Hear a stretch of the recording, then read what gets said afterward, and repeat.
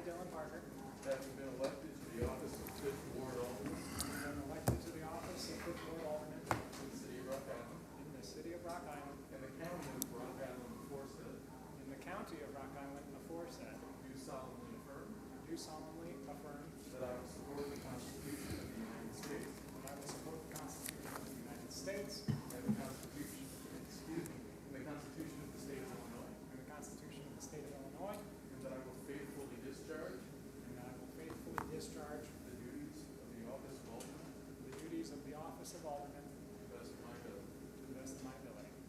Congratulations. Thanks, Josh.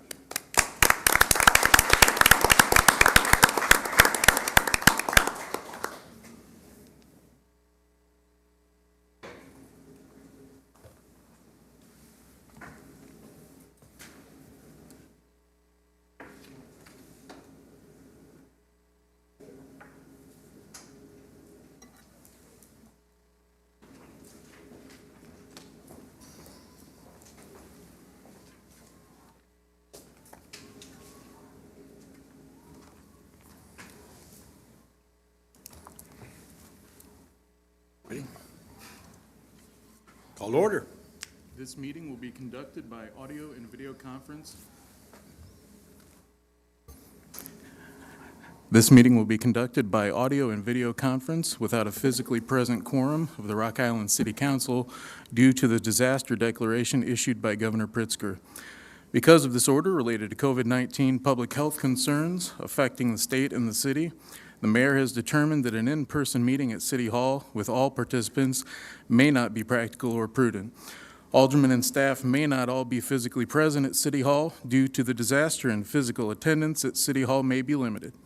To participate remotely during the public comment or public hearing portion of the meeting, please join by phone at 1-772-228-1417 and use PIN number 414-318-264#.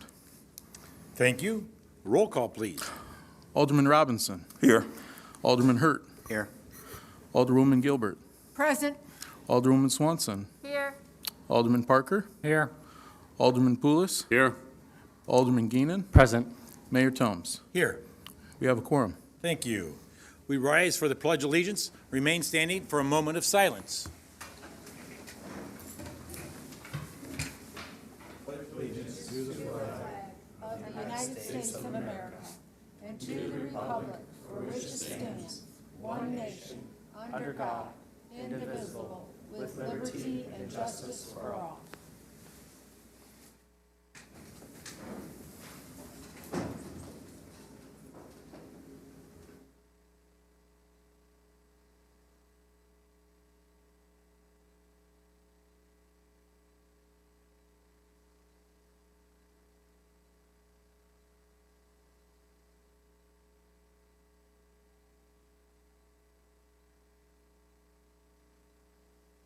Thank you very much.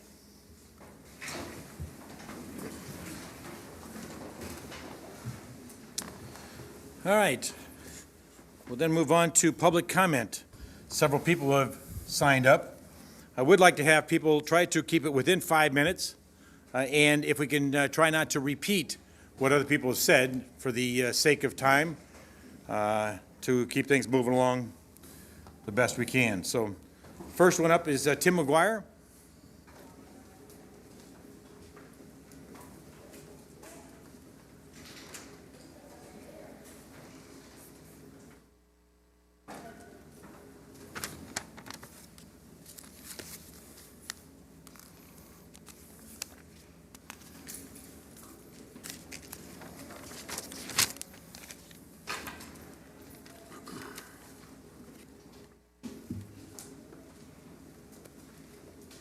Hello. Thank you for allowing me to speak tonight. I wanted to voice some concerns I have regarding recent developments about police and foot pursuits. I'm going to begin with my alderman, Dylan Parker, and I probably have differing views upon them. I personally feel that in that instance, if police possibly saw something that could be ill intent, they should probably pursue them.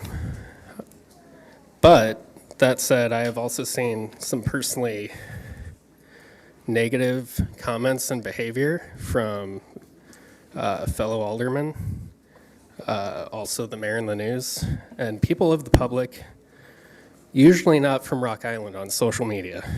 These statements seem to really strike at Alderman Parker's ability to have freedom of liberty in his thought process and ideals. Dylan has the right to think, say, feel whatever he would like to say, both personally and as a politician. And his 75% reelection margin confirms that. One point that I'm going to mention that really actually angered me that Mayor Thomas, you said, quoted as saying, was city council and the mayor should stand behind any department in the city. That's a very broad statement. So I would like to ask you what exactly you think council members should be doing, not asking questions at all. Alderman Parker and I have many similarities and many differences, and we've disagreed from time to time. But Alderman Parker has always been open and communicative with me over 3 years and at least 17 different emails, various topics. To all of you, Alderman Parker is the only one who has responded 100% of the time. I am a Rock Island resident and a small business owner. I've yet to ever receive a response from you, Mayor Thomas. It seems strange to me that some people are saying that Dylan has shown his true position on the Rock Island Police Department. I don't know if they know how many times Dylan and I have gone round and round on police pension, and he has stuck up for them because he's a firm believer in their rights to a union and their pension. Do they know that when there was a drive-by shooting by my house, in front of my house actually, and it literally went nowhere on the who, what, why, where, how, Dylan has reassured me multiple times that Rock Island is in very safe and capable hands. I would say that Dylan has even been a friend to the Rock Island Police Department, and in my opinion, Dylan has shown a lot of courage these past few weeks, because it takes an awful lot of courage to stand up to people who disagree with you, but it takes even more to stand up to people who are on the same side or that you consider friends. So kudos to you on that, Dylan. On a different subject, and to further illustrate why our council members should be asking questions, just this last year, I had some back billing of my water bill of 2 years' worth, as city employees seemingly didn't notice an error that whole time and abruptly demanded payment in full without warning or explanation during a pandemic. I also overheard one staff member tell a resident that their water would be shut off during a utilitarian moratorium issued by Governor Pritzker. It's back in January. Because while the bill was paid, the late fee was not, $35.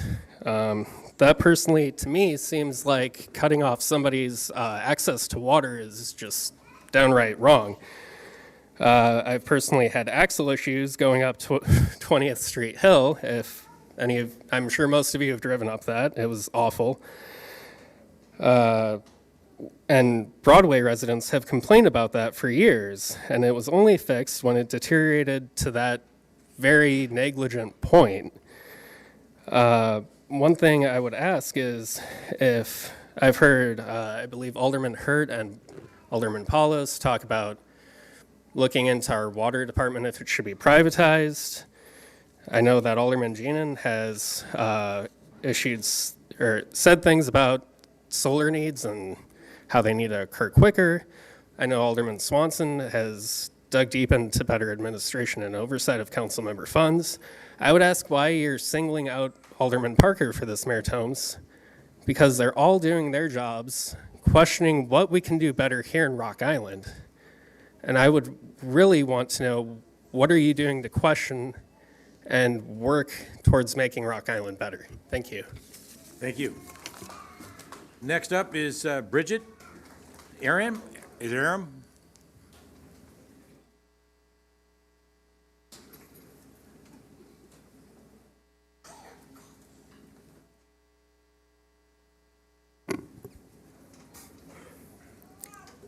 Hi, my name is Bridget Ehrman.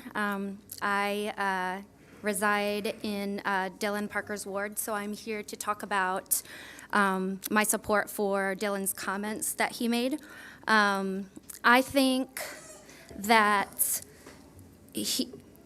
as leaders, it's important not to make decisions based on opinions, but to make decisions based on data and safety of both the public and officers. And I think Dylan's comments reflected that.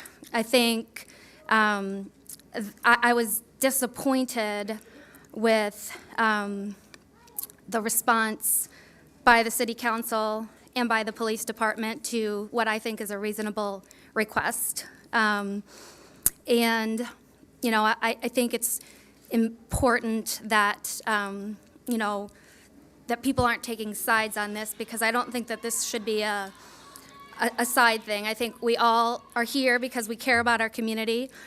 You all serve on city council because you care about your community. The police care about their community, and everybody in this room cares about their community, so we really are all on the same side of things. I think we have a lot of people in this room that want to make things better. They don't want things to be adversarial. They want a resolution. And I think that that's important, that you engage in those kinds of discussions, because we can't get anywhere and move forward as a community if we don't listen to all sides. I'm a member of my neighborhood board, and I, had a community event a couple of weeks ago, and I went around to talk to dozens of my neighbors, and I didn't find one person that disagreed with Dylan's statements. His ward supports him. His ward supports his statements. I was disappointed. I wish I would have been here 2 weeks ago to voice my support. I appreciated Andrew, who did come, and I was disappointed with the response he got back from his council member, who said that she did not have to listen to him. And, I think that that's just a disappointing response. Dylan, whether he agrees or not, he always listens to his residents and takes the time. I've never heard him tell one of them that he doesn't have to listen. I guess that's all I'm asking. I appreciate you for your service to the community. I appreciate the police for the service that they provide as well. But I really, Rock Island's strength is in its people. And so, as leaders of the community, you need to listen to your community members. We have a very diverse community. And, the way that this situation unfolded 2 weeks ago was really disappointing, and I felt that they were trying to intimidate you, which I don't think it should be. You should be working with them together. I don't think that anybody in this situation needs to be adversarial. We need to work together. So thank you, Dylan, for all that you do for the community. I fully support your comments, and I think we're lucky to have you as a member of our community, and I hope that you all can take a lesson from Dylan and think about things take your opinions out of it and think about things in a safety and data-oriented way. Policing is a system, and if we want to improve that system, we have to ask questions, we have to look at data, and we have to, be considerate of the fact that, some people on this council, they may really, love the police and respect the police, and that's fine. That's you're entitled to that opinion. But there's, other people in the town that are scared of the police and they don't feel safe. And I think if the community could work together with the police, then I think things could get a lot better. We all love Rock Island, and we want to see it continue to move forward. So, thank you. Thank you.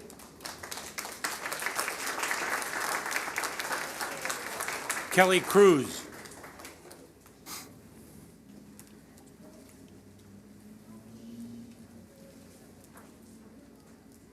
I'm Kelly Cruz. I live in Ward 1. Either move the microphone closer to sorry. you or down. Yeah, there you go. Kelly Cruz, Ward 1. I don't usually get to these meetings because they're not at a great time for me, but I was really disappointed to hear of what happened at the last meeting. And I'd like to welcome the family and friends and neighbors of Deshaun Tatum here tonight. And I think that anytime something like this happens, we all think to ourselves, could something have been done differently? Could this have been prevented?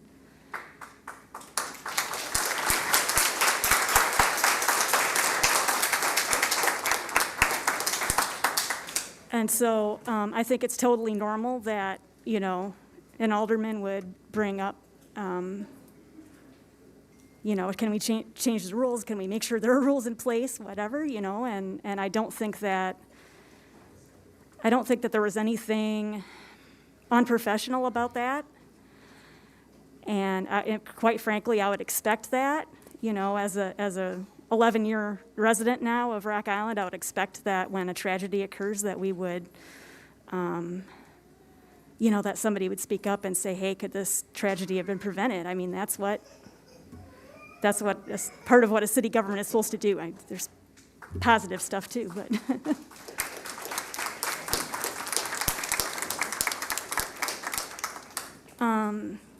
So yeah, I was really disappointed to see that the police's reaction to that was to come and, you know, how many of them were back here, like 70 of them, just standing there with their uniforms and their guns and tasers and whatnot back there. I think it's particularly unfortunate that it was the day that a couple people were supposed to be sworn in.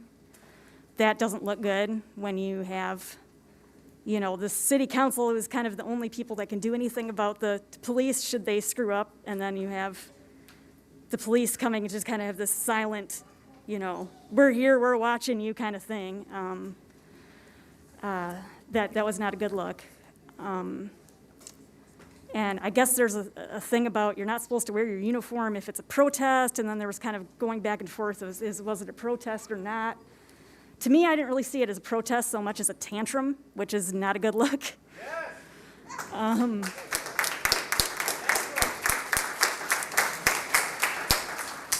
I think that, you know, anybody that is in public service in any capacity, whether they, you know, are a sanitation worker or, you know, working in an office somewhere like I do or a police officer, yeah, you know, there are going to be times when people criticize you or, you know, where there's some scrutiny. And if, you know, if you want to be in that job, you kind of have to be able to handle that. And if you can't handle that, maybe you should think about getting a different job. That's my view of it.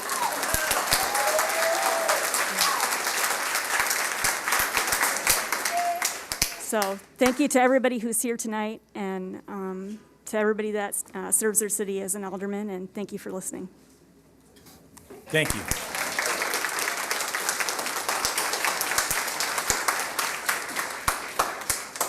Tamara Felden.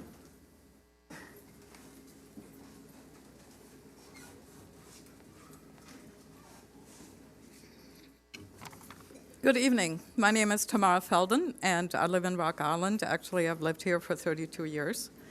I am here to support Alderman Dylan Parker in the now unfolding process of dialogue between him, the mayor, the city manager, and the chief of police to discuss policies that may be needed for greater safety for both our law enforcement officers and of other members of our community.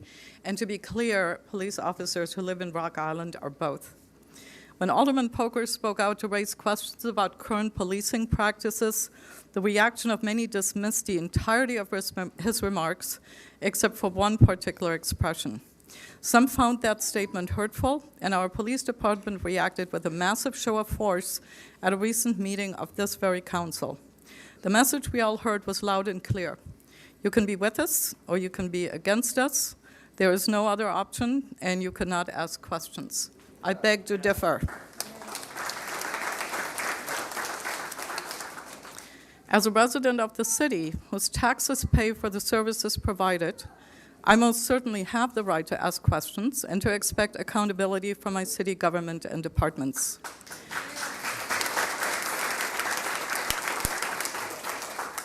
However, my focus here today is to consider how we might do better as we move forward.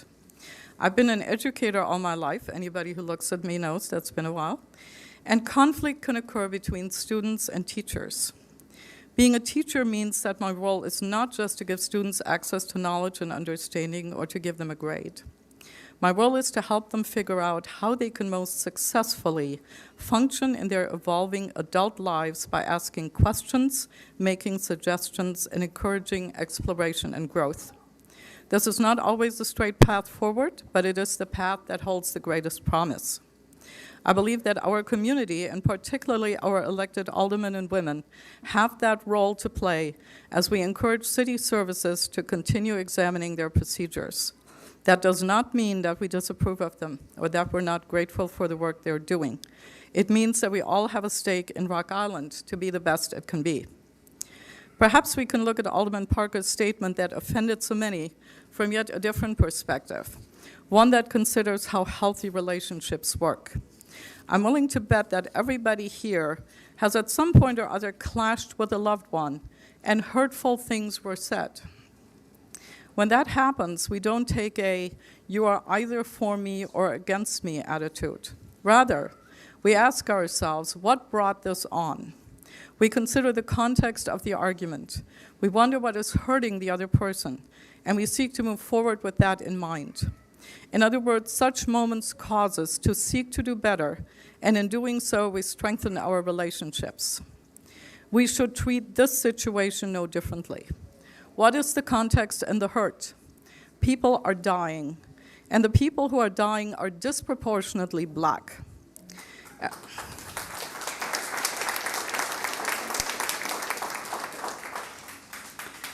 Every life lost should deeply sadden us, and I suggest that considering some lives as less worthy than others is a very dangerous position to hold. I also believe that police officers are intent on doing the best they can with the tools they are given. I imagine that having killed someone is a heavy burden to bear, one that most of us are lucky enough never to have to carry. So rather than making the entire controversy that erupted about 4 words, let's make it about the larger goal at stake. I ask everyone here to unite rather than to divide. I ask those of you directly involved in this dialogue to think of it as an opportunity. I ask you not to get discouraged by the search for solutions, but to think creatively and explore what may be possible when we're truly willing to hear each other. And I ask everyone who is attending this meeting today, either in person or virtually, to remain engaged and to expect accountability. I believe that is our path forward as a community, and I believe that is how we can succeed. Thank you. Thank you.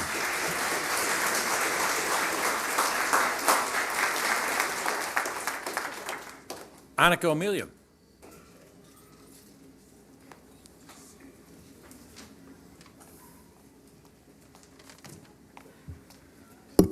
Hi, can you hear me okay? Yep. Do I have oh, that's my earring. My name's Annika O'Melia. I was raised in Rock Island. I live in Rock Island. I own a business in Rock Island, and I'm raising my 4 kids here. And I'm here tonight to show my support for the idea that we are healthier as a community when we invite dissent, expression, dialogue, transparency, accountability, and communication into our public spaces.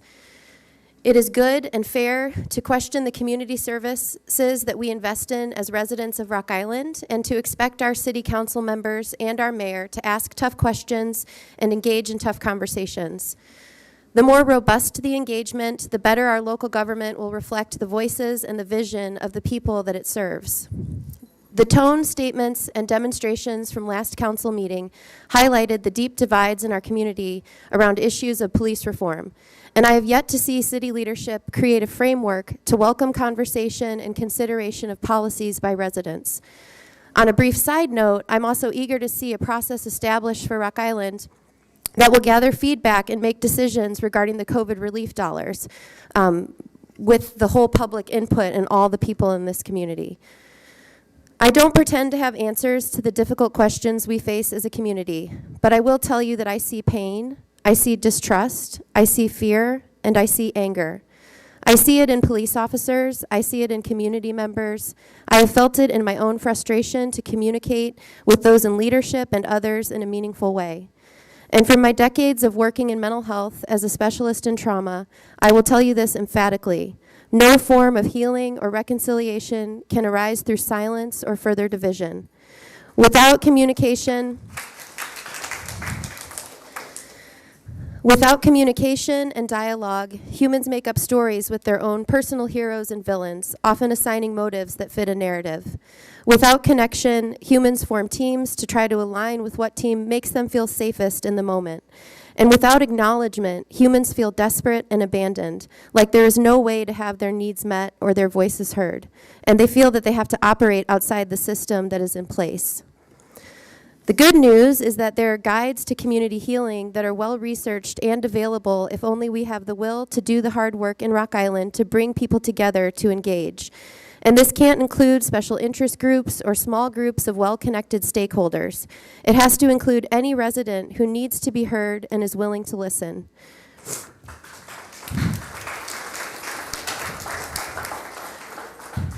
I understand that 4 people with power discussed foot pursuit policies behind closed doors, but that honestly does little to address the needs of the community members now. I recommend council explore restorative circles, storytelling, opportunities for testimony, listening sessions, and similar modalities to bring our community together now and to establish a framework to facilitate healing as other issues emerge in our city that involve public services, whether that be the police department or public education or housing or community health care. You have lots of community members here tonight who want to be engaged, who care about Rock Island, along a continuum of perspectives. If our only avenues for expression are online or giving a little speech like this with no discussion or screaming at the top of our lungs to be heard and not feeling heard, I fear we will stay divided and transformation will elude us. If creating change communally is not possible, residents will be forced to pursue other avenues for recourse, such as moving out of Rock Island, bringing lawsuits, protesting, further arguing online, and organizing more thoughtfully, aggressively within their interest groups. I've never made a statement at City Council before, so I'm not sure how this works, but I guess I'm asking if you could add an exploration of community healing to your agenda, and that would be my request as a resident.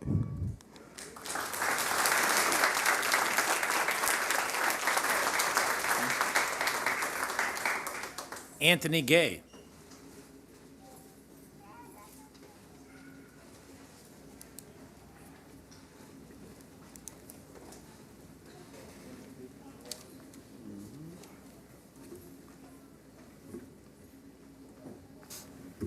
At the outset, I would like to thank Dylan Parker for having the courage to speak up and speak out and exercise your First Amendment right.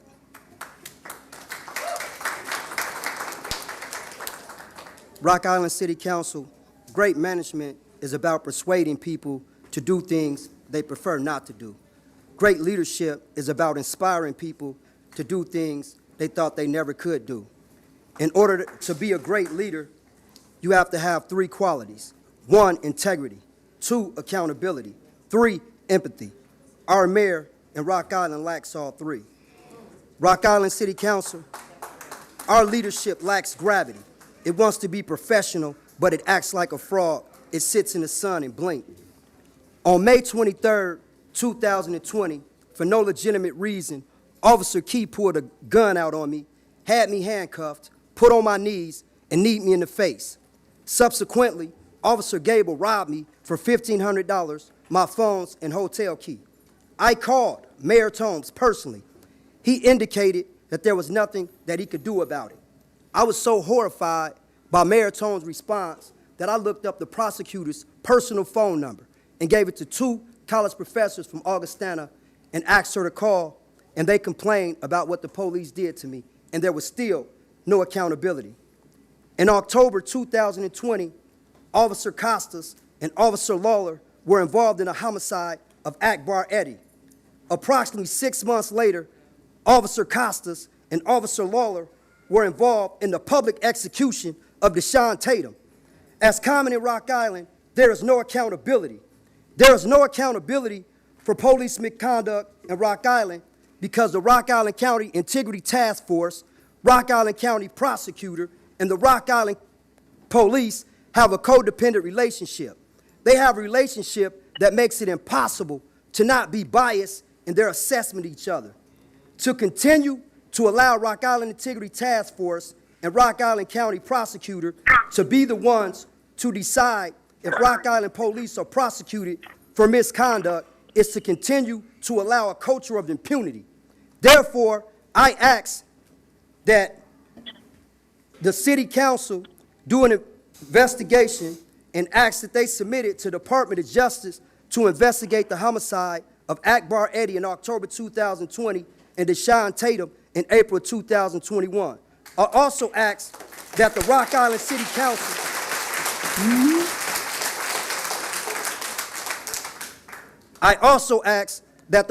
City Council create an independent commission to investigate the complaints about the Rock Island Police over the past 24 months and hold them accountable where warranted. I'll leave you with this. Justice satisfies the appearance of justice, and I'm asking that you do justice, not for me, but for the people.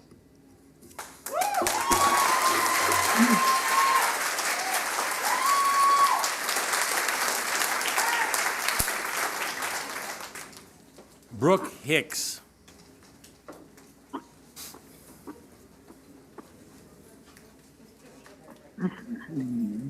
Brooke Hicks. Signed up? Is he outside? Is she outside? I don't know.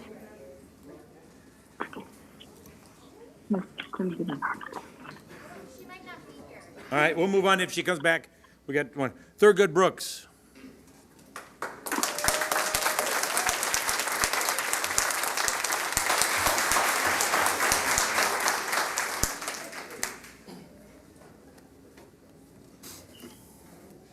Make sure you get the mic up so I can hear me.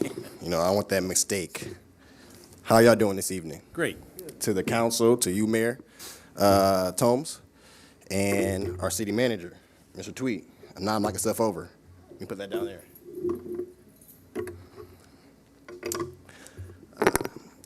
So I'm Thurgood Brooks.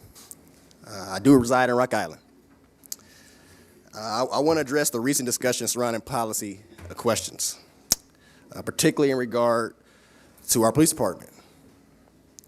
I understand that the Fraternal Order of Police and you, Mr. Mayor, and a select few were upset at certain terminology used by Alderman Parker.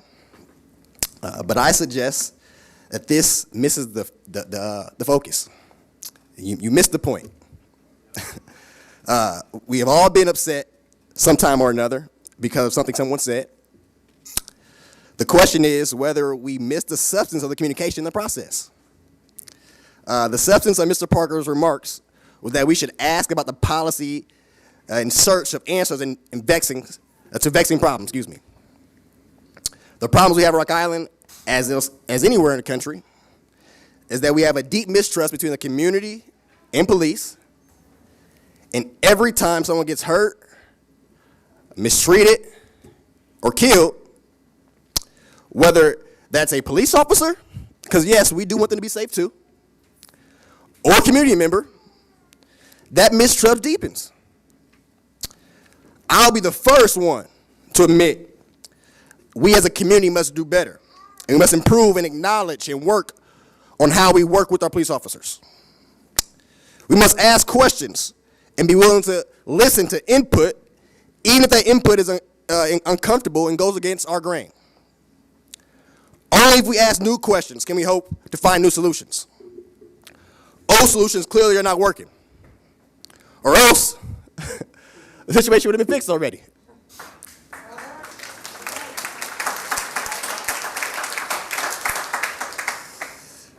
But it's not. In fact, it's getting worse. Worse to the point where last city council meeting, when it should have been a joyous occasion as we sworn in 3 and our 4th today. We sworn in 3 in our mayor, council member and our mayor. But instead, we had roughly 50 uniformed police officers show up to silently protest, yet loudly, I would say, protest the thought of merely asking questions. According to Rock Island Police Department uniform regulations, off-duty members, and I quote, which include commissioned and non-commissioned employees, shall not wear department-approved uniform while off-duty without obtaining prior approval from chief of the police to represent the department in the activity for which the uniform is being worn.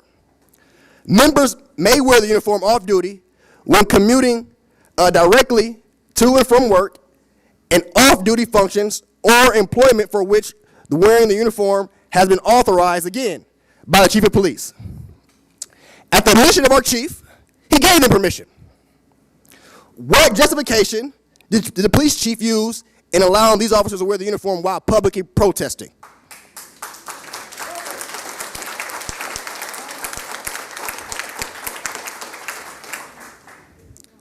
Did he consult with a supervisor? Supervisor being the city manager prior to this decision? If so, how and why did our city manager approve this decision?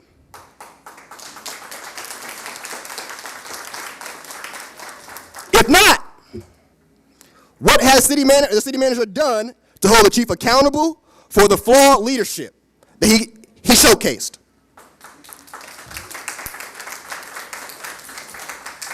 The optics were clear and are clear. Our police chief, by his actions, not his words stating it wasn't a protest, has stated that he is leading with this an us against them energy within our police department. I do not think that's what we want to portray. Mr. Combs, Mr. Tweet, and council, here in the city of Rock Island, I find this to be borderline an abuse of power, and quite frankly, encouraging bully behavior.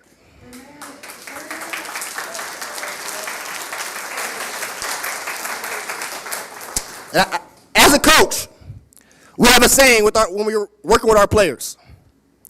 You're either coaching it or you're allowing it. I believe this to be true when it comes to those empowered as leaders. As the individual who each department answers to, our city manager, I believe he or she, being he, is the coach. And so are we coaching or are we allowing it?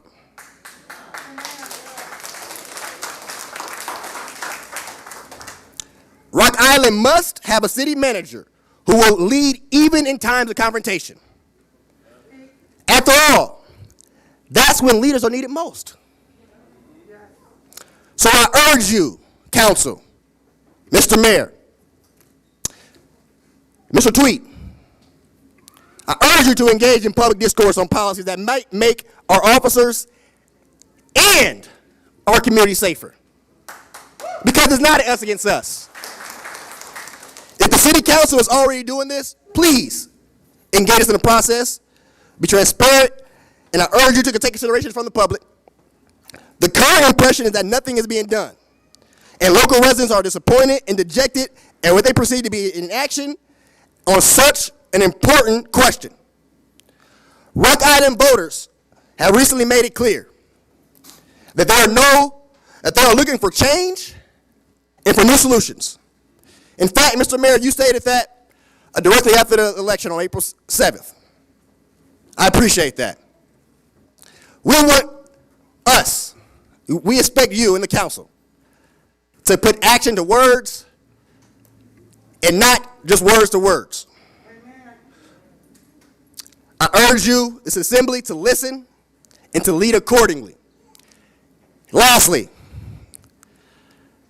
we will, my team, will be emailing each of our council persons, you, Mayor Tomes, and you, Mr. Tweet, an official draft for the same commission, the police and Community Relations Commission we've been talking about for about a year now, with the expectation within 60 days, 2 months, a vote and/or a reason behind why we cannot have a vote for said commission to be instituted in the city of Rock Island to ensure safety for our police officers and our community, and might, I hope, begin to address what we all know is going on. Thank you for your time.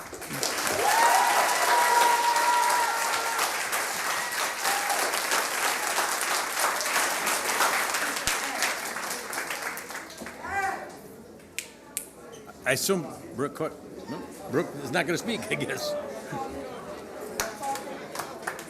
That's not. It's not, it's going to give him a chance. Everyone clear out and see if anybody else wants to speak.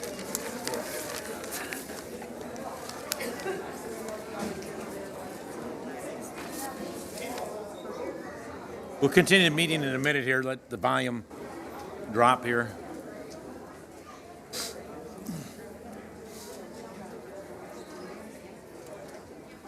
Online, What's that? comments from online. I'll ask. Nobody signed up, but obviously is. Was there anybody virtual? I don't know if they can hear me. Anybody virtually wanted to speak?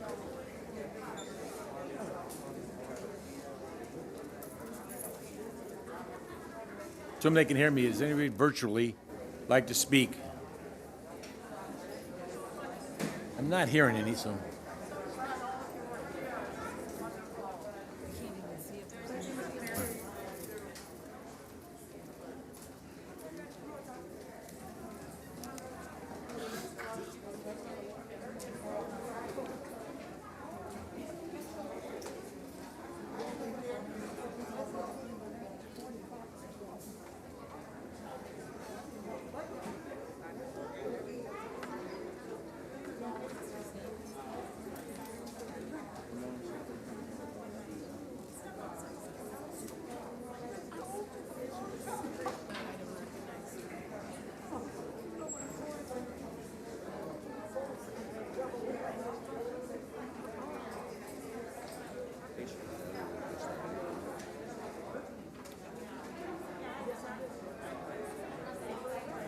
You're online listening or whatever, just give us a few more minutes here and let the room clear.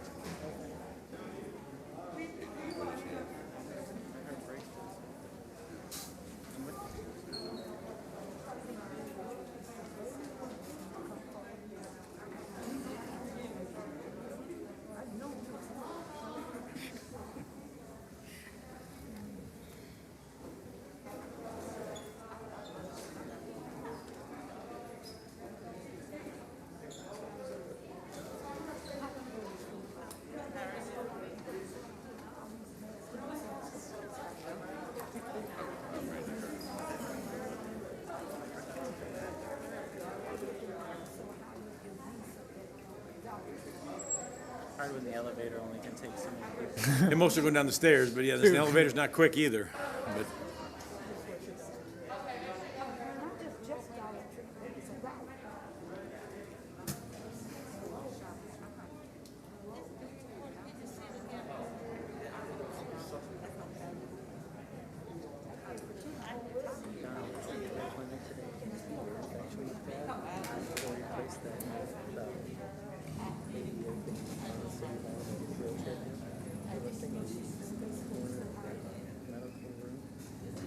may have that worked out. And item number 8.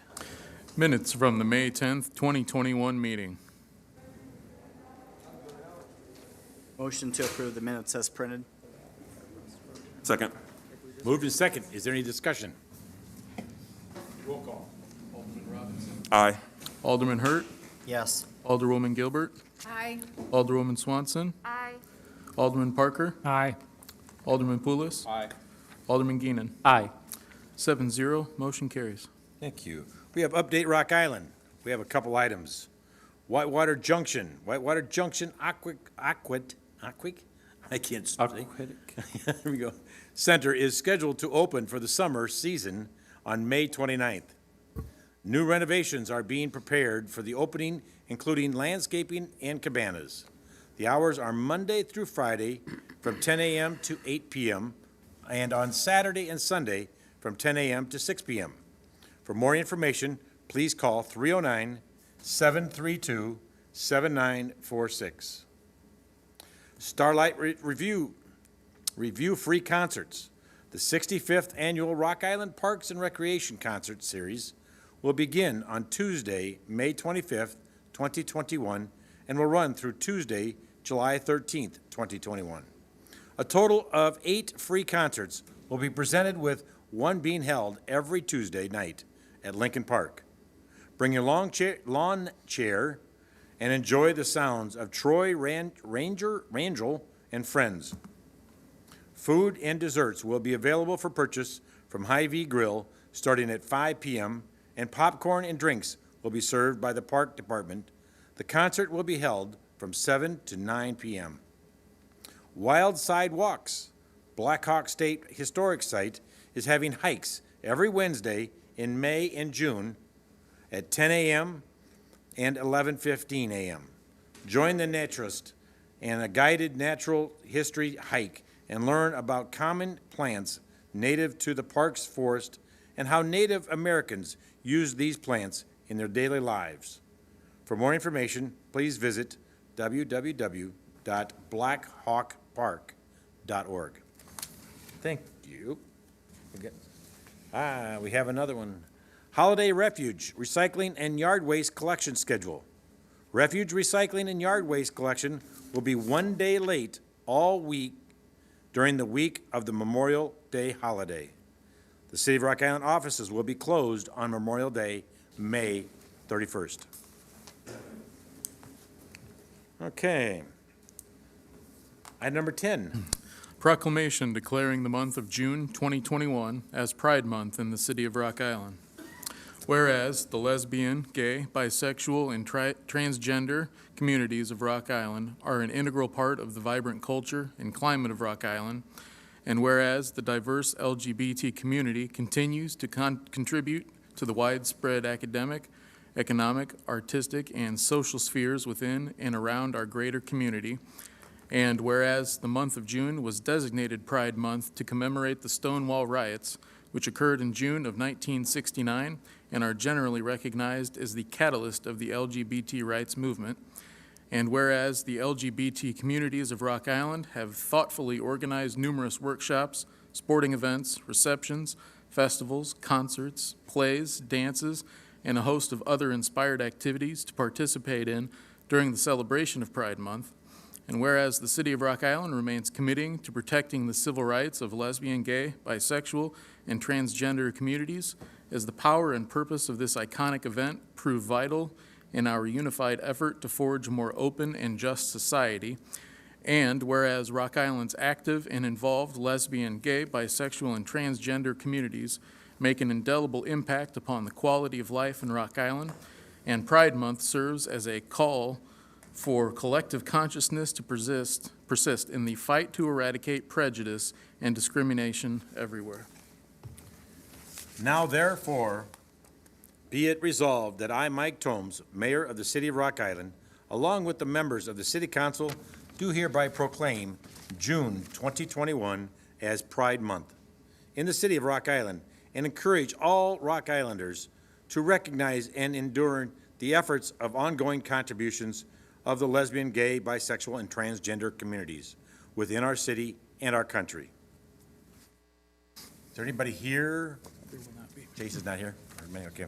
He might be online. Chase, you online? Or somebody? Nope. I will say that Clock has moved their headquarters to the 7th Ward down off of Black Hawk Road. They've been there for a while. Yeah, they moved from downtown. They need a bigger space. And so another example of Rock Island learning how to be fluent in the word welcome. That's right. He's done a great job. Item number 11.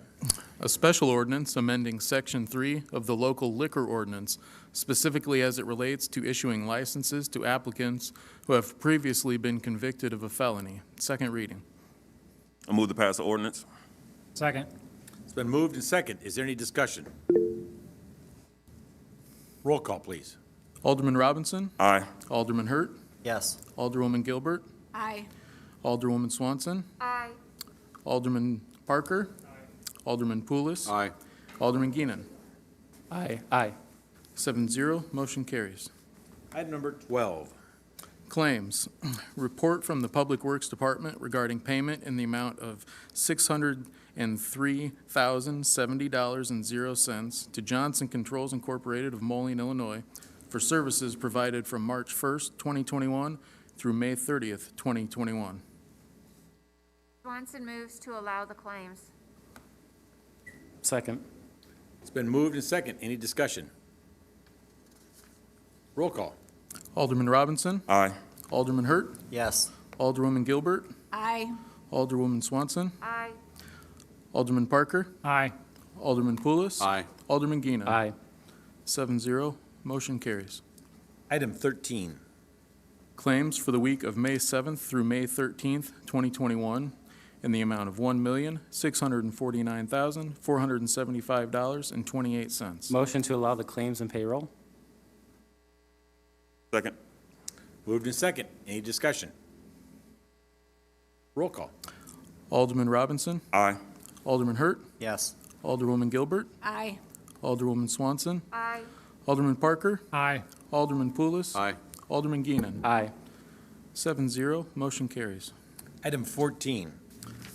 Report from the Community and Economic Development Department regarding an ordinance rezoning from R4, multi-unit residential, to PUD, planned unit development, the property located approximately at 2001 7th Avenue, parcel 095289. First reading. Poulos moves to consider the ordinance. Second. Moved and second. Any discussion? Roll call.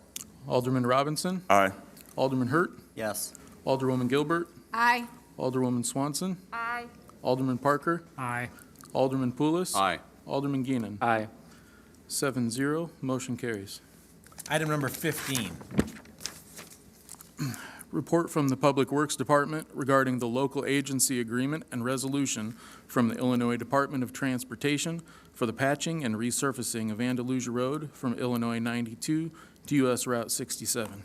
Motion to approve the local agency agreement and resolution and authorize the mayor to execute the documents. Second.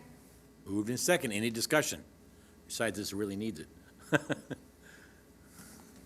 Needs more than just this. Yeah, that's true. But roll call, please. Alderman Robinson, Aye. Alderman Hurt, Yes. Alderwoman Gilbert, Aye. Alderwoman Swanson, Aye. Alderman Parker, Aye. Alderman Poulos, Aye. Alderman Geenan. Aye. 7-0, motion carries. Item 16. Report from the Human Resources Department regarding the approval of a 4-year labor agreement with AFSCME-B. Move to approve the proposed 4-year labor agreement between the city and the AFSCME-B for the period of January 1st, 2020 through December 31st, 2023. Second. Moved and second. Any discussion? Roll call. Alderman Robinson, Aye. Alderman Hurt, Yes. Alderwoman Gilbert, Aye. Alderwoman Swanson, Aye. Alderman Parker, Aye. Alderman Poulos, Aye. Alderman Geenan. Aye. 7-0, motion carries. Item 17. Report from the Finance Department regarding modifications to the city's investment policy. Gilbert moves to approve the recommended modifications to the investment policy to include changes related to state statutes and internal compliance. Second. Geenan. Moved and second. Any discussion? Roll call. Alderman Robinson, Aye. Alderman Hurt, Yes. Alderwoman Gilbert, Aye. Alderwoman Swanson, Aye. Alderman Parker, Aye. Alderman Poulos, Aye. Alderman Geenan. Aye. 7-0, motion carries. Item 18. Report from the Traffic and Engineering Committee regarding a request from Georgina Hicks to install a two-way stop sign on 4th Street at the intersection of 11th Avenue. Poulos moves to allow the request. There we go. Second. Moved and second. Thank you. Thank you for avoiding the double negative there. Thank you for avoiding the double negative. I was just about to ask, how do I present that motion? But I was avoiding the double negative. I appreciate it. Better than I could probably do. All right, roll call, please. Alderman Robinson, Aye. Alderman Hurt, Yes. Alderwoman Gilbert, Aye. Alderwoman Swanson, Aye. Alderman Parker, Aye. Alderman Poulos, Aye.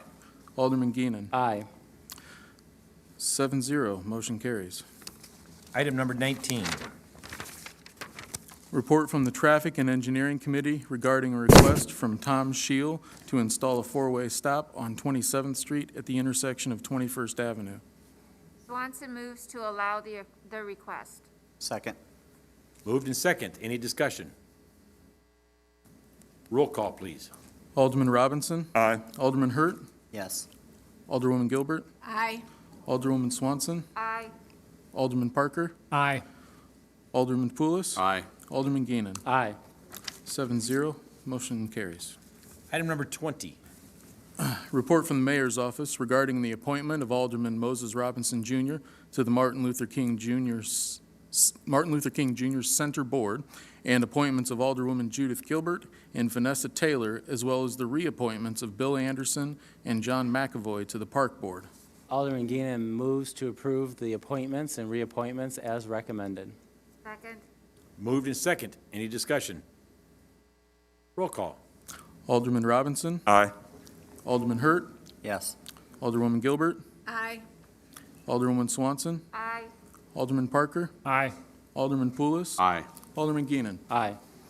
7-0, motion carries. Item 21. Report from the City Clerk's Office regarding a request from Greater Antioch Baptist Church, 929 14th Street, for sound amplification and to close off 10th Avenue between 14th Street and 14.5th Street on Sunday, June 13th and Sunday, June 27th, 2021, from 9 a.m. to 1 p.m. for outdoor church services on those days. Alderman Robinson moves to approve the street closing and sound application request as recommended. Second. Moved in second. Any discussion? Amen. Roll call. Alderman Robinson, Aye. Alderman Hurt, Yes. Alderwoman Gilbert, Aye. Alderwoman Swanson, Aye. Alderman Parker, Aye. Alderman Poulos, Aye. Alderman Geenan. Aye. 7-0, motion carries. Thank you. 22, other business. Anybody have anything good for the cause? Do we know where we are with the police commission, community police commission that we were working on before? We had submitted something back to the group, and I'm assuming that's what's now coming forward from the Okay. group, is my guess. Yes. I have something I'd like to start a conversation about. I was a little surprised earlier when, I forget if it was Mr. Tweed or the mayor, said that there's a finance committee. In my orientations as new alderwoman, I was not aware of that. There's no mention of it on the city website.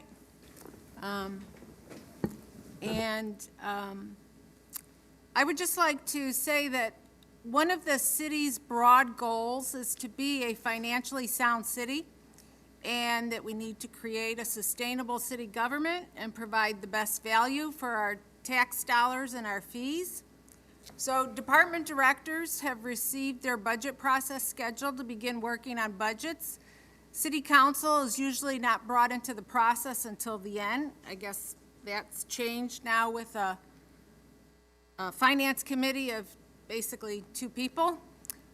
It still seems a little backwards to me. It should be the whole council that's involved. There are 2 primary duties of council in our form of government. 1, to set policy, and 2, to decide how to spend the city's money.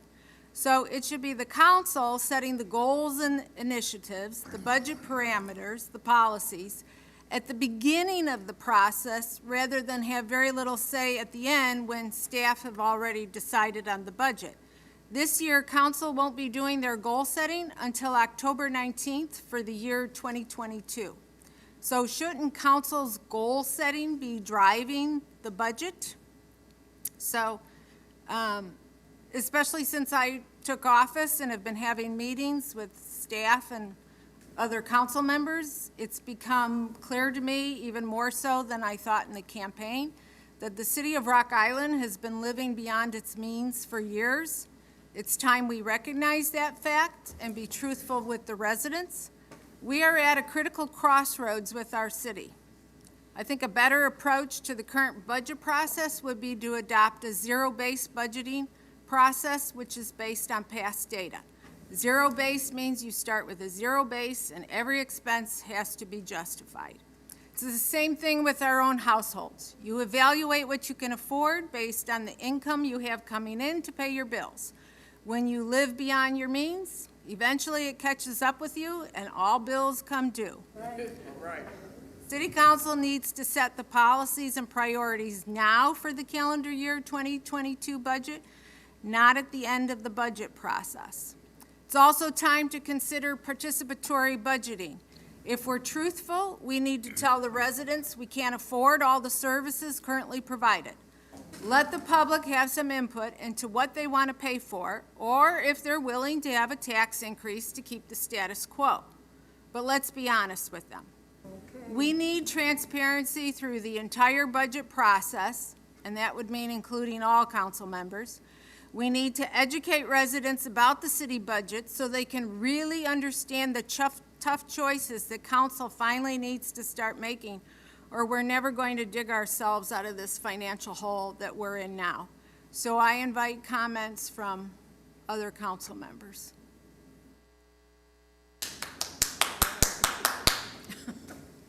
Well, you make a good point. When I started council 4 years ago, we did goal setting in the summer. We moved that just recently to the fall. Why, what was We the did adjustment? it in June, and council wanted to move it to the fall last year because of the pandemic, and there was no way to know. Though we did it before that. No, to the it was fall. just last year was the Last first year. time. Okay. And we did it because of the pandemic, and we didn't know what the budget was going to be.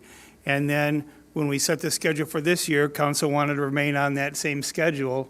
They liked that, but it's clearly up to the council on when you want to do your goal setting. Well, that That's makes a more 100% sense. council decision. That makes more sense. Well, you weren't on the council at the time, so we set the schedule last year, and that's what we published. And so that's why it's in the fall. And, and I think one of the reasons we opted to keep it in the fall is we were setting our goals in June, like 2 months or a month after the new council members were coming in, which wasn't really enough time for them to be able to realistically put in goals. And then we were having the budget based off of that, but it was mid-year. So we didn't work on the budget till like October, November. So the decision was kind of, well, if we set goals in September, then those goals align more with the budget. So you're not doing everything in a separate vacuum. You were kind of doing it all at the same time to make sure that your goals were realistic and could be funded, as opposed to coming up with goals and then all of a sudden, as the budget's being worked out, there wasn't money for them. I mean, that was my understanding, is why, one of the reasons it was changed. Okay. Correct. It made sense at the time. It's for, each year could be a little different depending if new ones coming in or not on the council. And I got to say, the issues is, to say the city is in a hole or not financially sound, I think is not a fair statement. We just got an upgrade in this, in the credit rating last year. We've been able to maintain our reserves within the allotted days that the city council had set for the range of 60 to 90 days or something of that sort. And we've been between 70 and 90, give or take. And so we've been able to maintain reserves. And so I think that the staff and the council have done, fine. Obviously, is there always tweaks to be able to work with? Always something, but I hate to send a message out there that we are sinking as financially, because I don't think we are. Now, we're not be able to do as much as we thought we'd be able to do. We're not repairing as many streets as we used to repair, or sewers, and do some of the things we've been able to do, especially with the pandemic year, and I hate to use that always as the backup. But even previous to that, we've had to cut back on some of the CIP type stuff because we didn't have the monies to do it without dropping below the standards that the city council set. But we're making all the payments. We're making all the pension payments, we're making the bond payments. We haven't missed any of those type of things. We've done the negotiations with the unions and everything else, in keeping that in respect to what the inflation is and the budgets are. The staff have, in most cases, staff, the city employees have worked with us on those, knowing the financial, keep it tight, so we do stay financially sound. So I think I would correct that I think we are fine financially. So, zero-based budgeting can work. I'm not saying, I'm not opposed to that one way or the other. There is a majority of what gets budgeted is stuff that is beyond, for the most cases, a lot is beyond what city council has control over. Payroll, unless you start cutting people, the basics that are out there that they're budgeting for are, pretty much set in stone. I'm not making budgeting easy because it's a lot of decisions that have to be made, but, and it takes time to put those together. I guess let somebody else speak. I think we got to be careful by saying we're financially stable, but then we just heard from Public Works that we have projects that we can't do or we've been kicking down the road. So we're pretty much living paycheck to paycheck. If we're not able to do the capital improvement projects that a lot of the departments have planned, then we're not financially stable. We're in a position where we can't do things that need to be done, and they continue to get pushed down the road until the next council gets in, and then they have to make a decision. Or we have to cut services in order to do something. Or again, keep raising rates in order to get something completed. So I think we do need to look at that so we can be not only financially stable, but we're then able to do some improvements. Because right now, yeah, we're fine, we're able to pay our bills, but what can we do with that? May be able to do more, but the issue, once again, that's happened for decades, and not just with the city of Rock Island, it's almost every city, they can't financially be able to do all the capital projects that are out there. Like the city manager mentioned earlier, that if you wanted to do everything that's on the list, it could approach the $1 billion type of mark. And so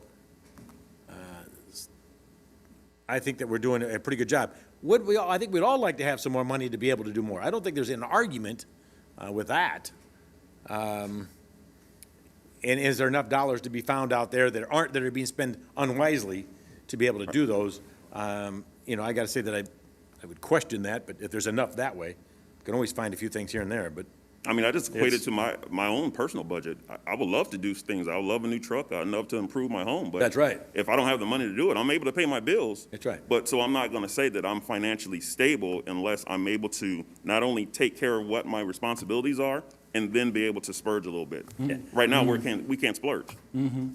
Well, but I think that's something that's not just to the city of Rock Island. I think that's no, it's not. across the board. And but that shouldn't be our excuse not to start thinking creatively about how we can fix it. We're not saying not think creatively. I'm just saying if obviously we don't have it. I think we've done a pretty good job with what we've had during this last year at least. We can always make improvements, but I would probably agree with the mayor. I think, I guess that's what your own definition of as being a stable, stable. Our core services have been maintained. We've done the things that we need to do. Yes, we have been able to do those extra little projects, but then again, that's where it comes into play. We just don't have the funds yet, so. Our property tax is already the highest on the Illinois Quad Cities. But we have constituents that don't understand that, so they don't understand the fact that we can't repair streets, we can't do things because we're financially stable. So it might make sense to us, but unless it makes sense to them at the same time, then we have to find a solution to fix that. Or communicate it better. Communicate it better. That's why I started with, make sure we watch how we state that. No doubt. You're not going to get an argument from me that we don't communicate it enough or maybe clear enough. Sometimes that gets mixed up with transparency versus maybe we are being transparent, just not understood. And that we maybe need to change how we send the message out. Because if I hear we're financially stable, but then I have to worry about what my street looks like or what this project that's supposed to be planned is not being done, then I'm a question. Okay, well, what are we doing? Are we just... We don't have the exact number for the sewer debt.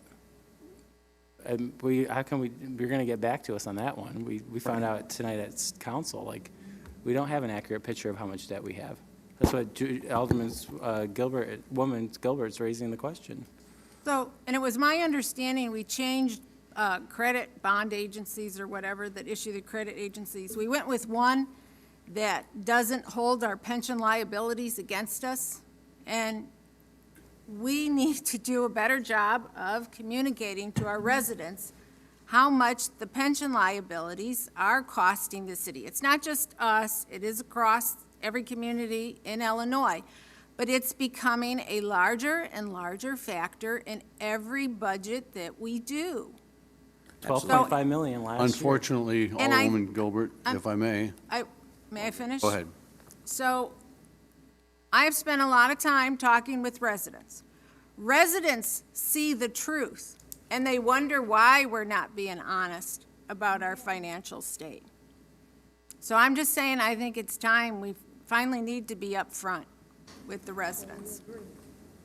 I think we've been upfront. They just either, they don't understand it, or we're not explaining it correctly, and we need to continue to communicate that. That's on us. It is on us, I agree. I absolutely agree. I don't think there's anything being swept under the rug. I don't think there's anything being secretive or hidden. I don't think we're lying about anything. We're just maybe not communicating it clear enough, and that is on us. Their pensions, especially the police and fire pensions, are a very heavy obligation and are going to continue to be, at this stage, where the legislation is, until 2041.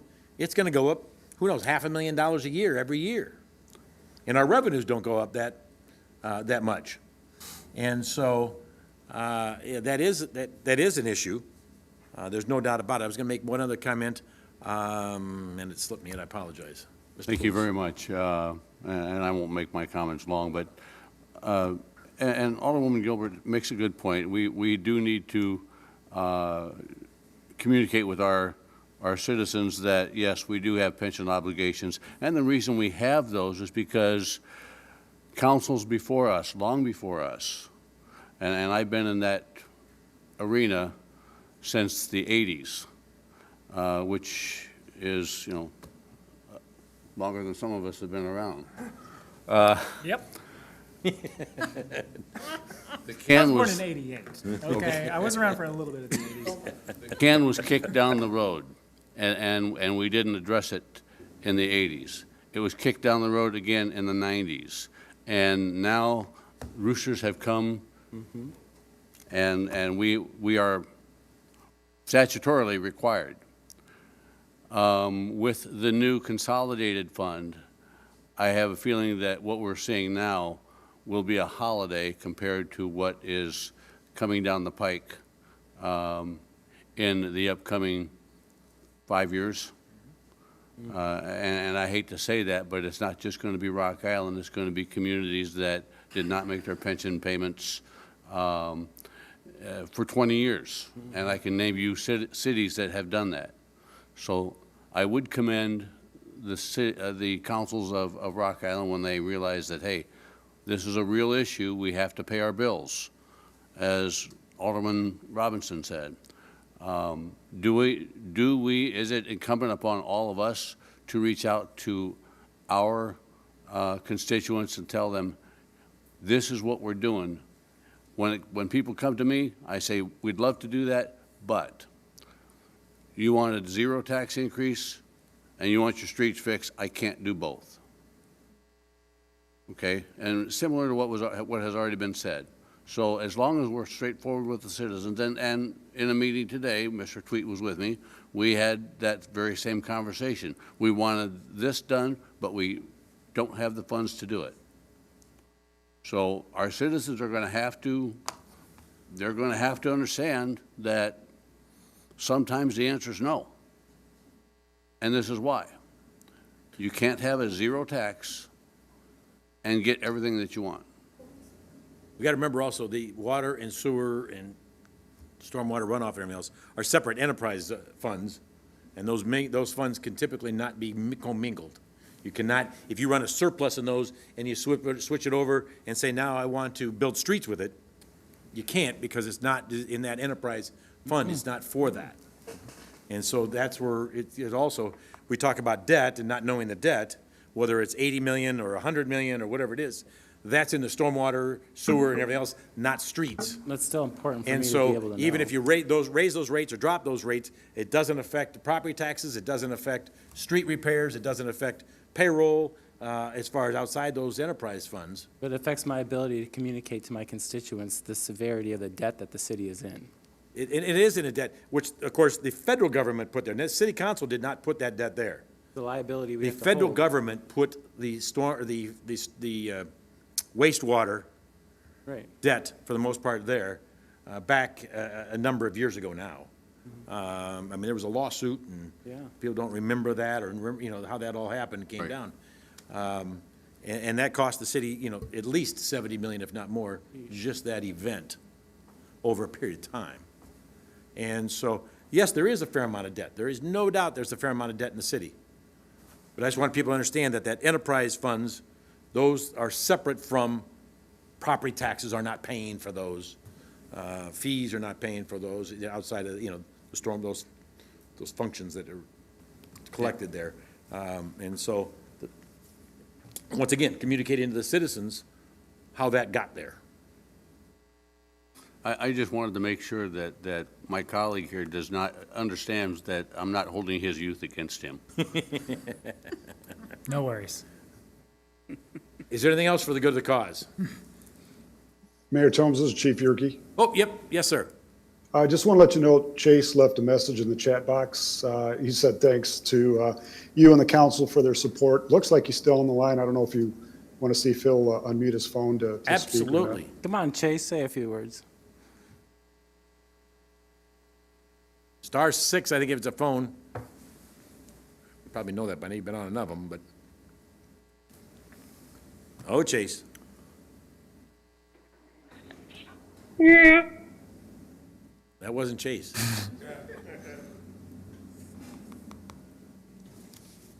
All right. Technical difficulty there. Apologize, but Chase, if nothing else, if you can hear us, thank you for the great work you've done. Appreciate it. If I may, not to drag it out, but I'll make a comment about this discussion. And everybody has a valid point here. We are paying our bills, but we do need to get serious about recognizing the long-term financial implications. Ever since I've been on city council 4 years ago now, the modus operandi is just, well, we're just going to start out by saying, what is the, what's the word? The person who figures out how much money we want to put into the pension, or we need to put into the pensions, and just take that much, and then what's left over is what we get for the city. Actuary, thank you very much. I think that we need to put more thought, or we have to figure out a way to address the pension ramp. If it were just the case that we had to pay the same amount for the next 20 years until 2040, whatever it is, that'd be one thing. That would be doable. At least people know that this is where it tops out, and I can breathe here. I mean, it's not good, but I can breathe.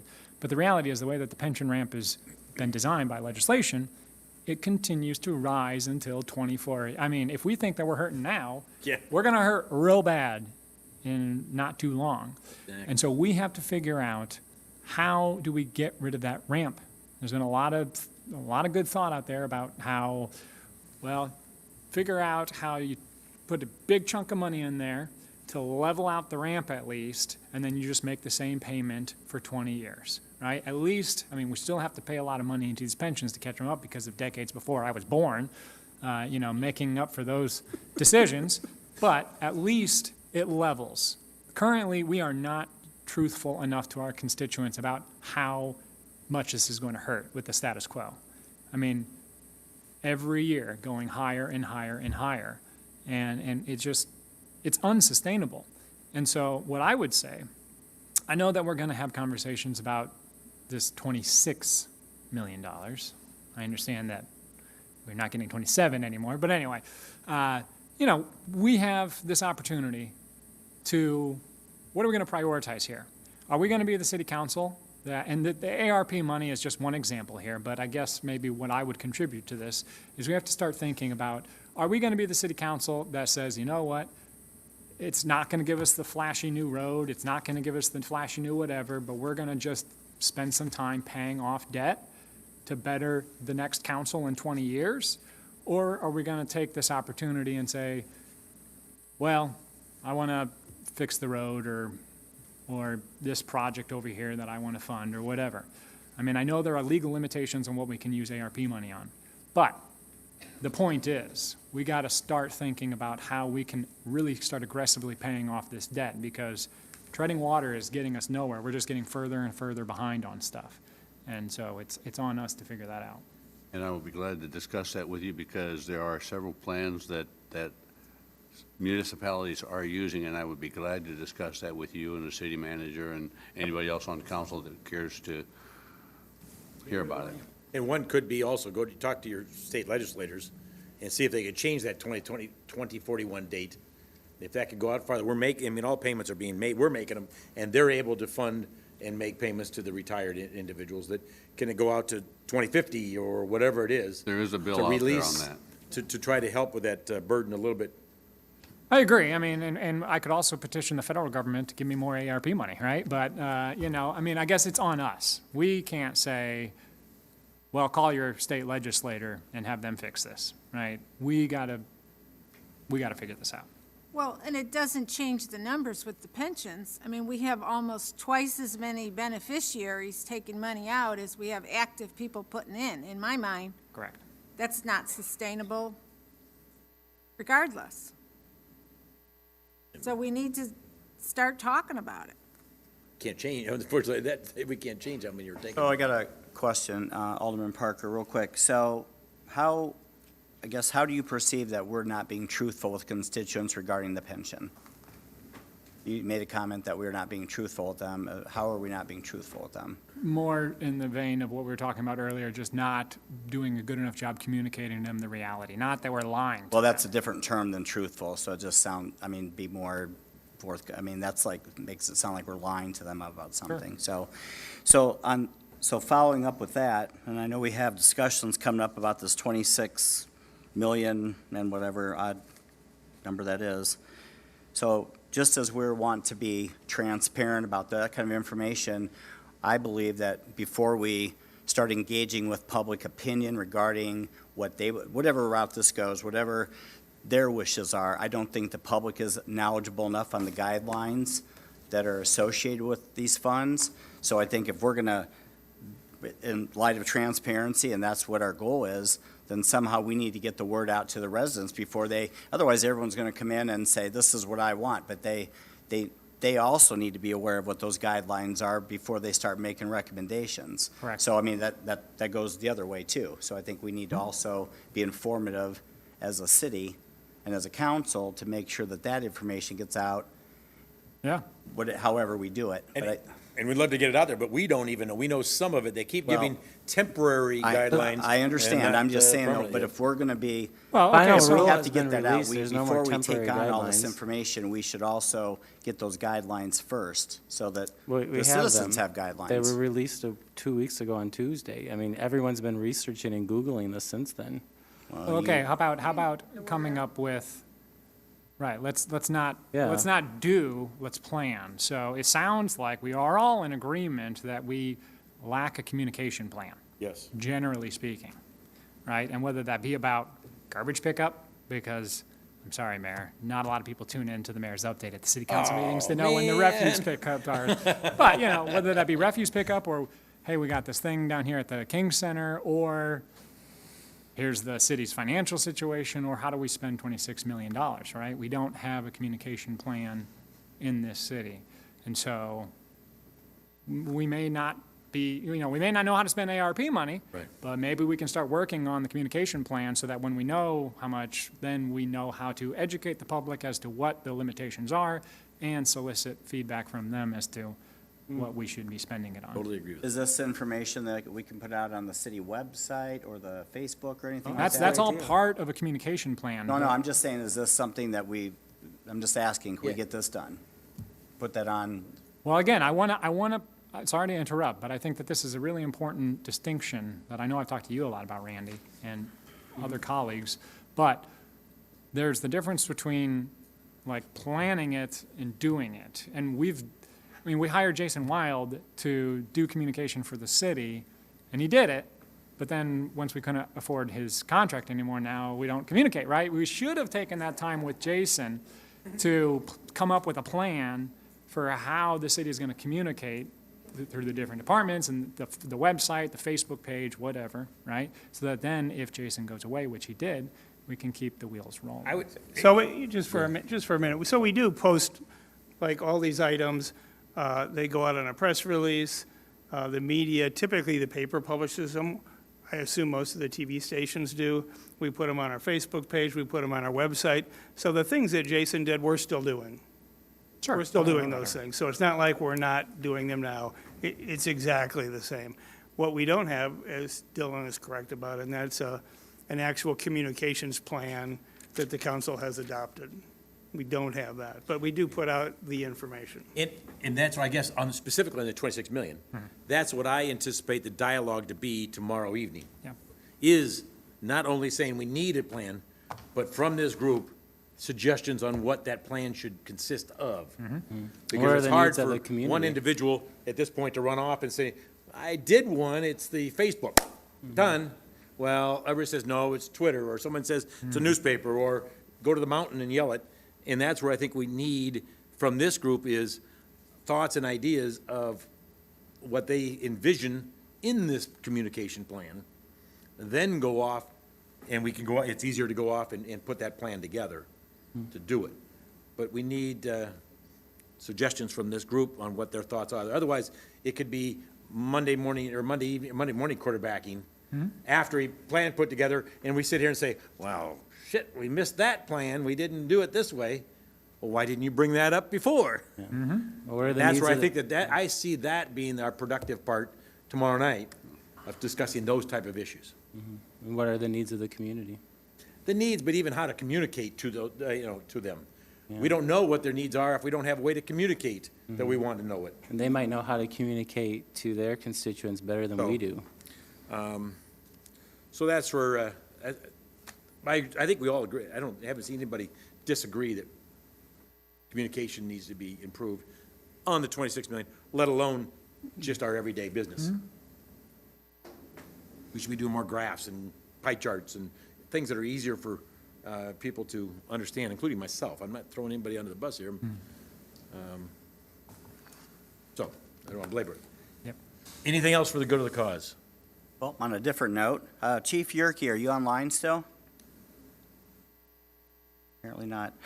Anyway, I attended a MABUS technical rescue training last week. Yeah. On the I-74 bridge, and for elected officials, and unfortunately, there wasn't as many elected officials at that, but I thought it was a wonderful demonstration, and that's too bad everyone else couldn't have attended that. They want you to jump off and they'd rescue you?